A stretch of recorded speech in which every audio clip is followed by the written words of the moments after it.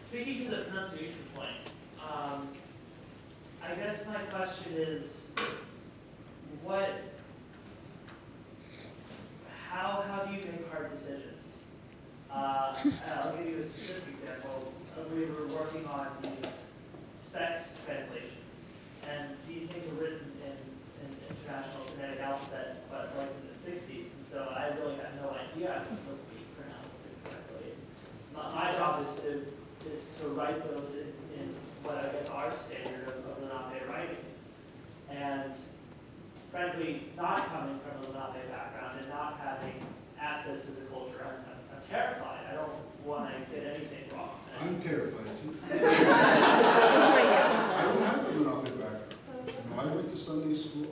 I didn't go to my first ceremony until I was 21 years old.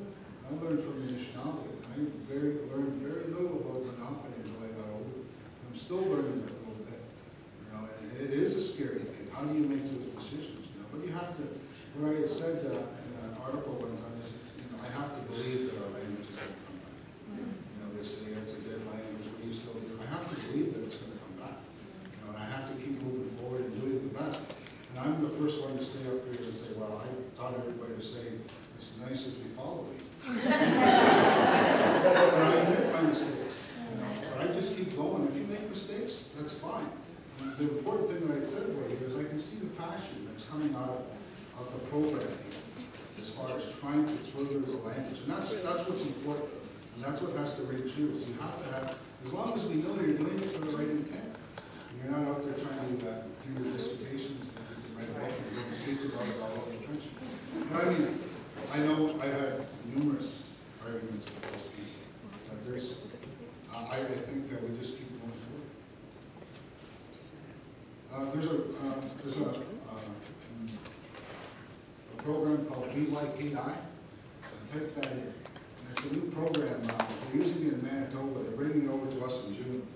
And what it is you actually have a list of vocabulary words, and you have the speaker speak it, and it records all the words. So you play it, and it shows, like, I don't know what it's called. Like you see the graphic, what do you call it, graphics or localizations.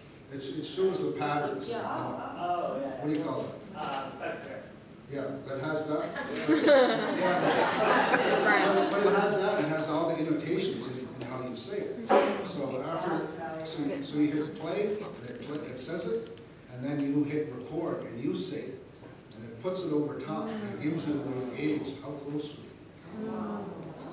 So they're starting to introduce it into First Nations languages. So if you guys want to work with some type of program, it's only $50 per license. Like it's a relatively cheap program. We're going to try and bring it over, see if we can get Glenn using it into trying to say those words so that you can have whole sentences.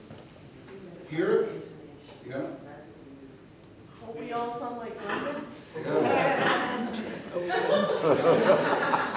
Choose carefully.